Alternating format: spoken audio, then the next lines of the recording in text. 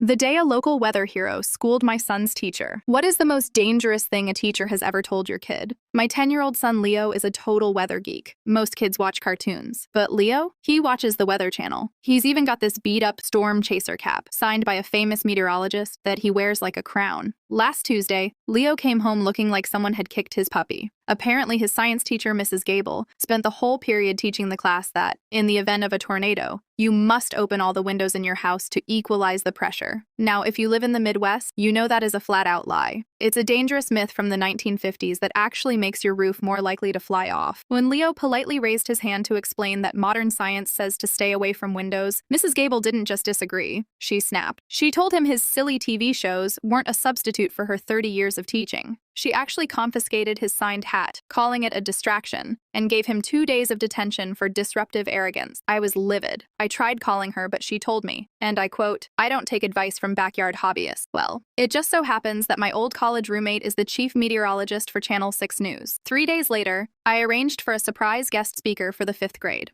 Mrs. Gable was all smiles until she saw the news van pull up outside. My friend walked in full professional attire and started his presentation with a slide titled, "The Most Dangerous Weather Myths That Will Get You Killed." The very first one, opening windows during a tornado. He showed high-speed footage of houses being ripped apart specifically because of that outdated advice. The principal was standing in the back looking horrified at Mrs. Gable, who was turning a very bright shade of purple. In front of the whole class, my friend asked Leo to come up and help him explain the real science. He handed Leo back his signed hat, which he found on the teacher's desk, and gave him an official junior meteorologist badge. Mrs. Gable hasn't mentioned pressure equalization since, and Leo? He's now the official weather reporter for the school's morning announcements.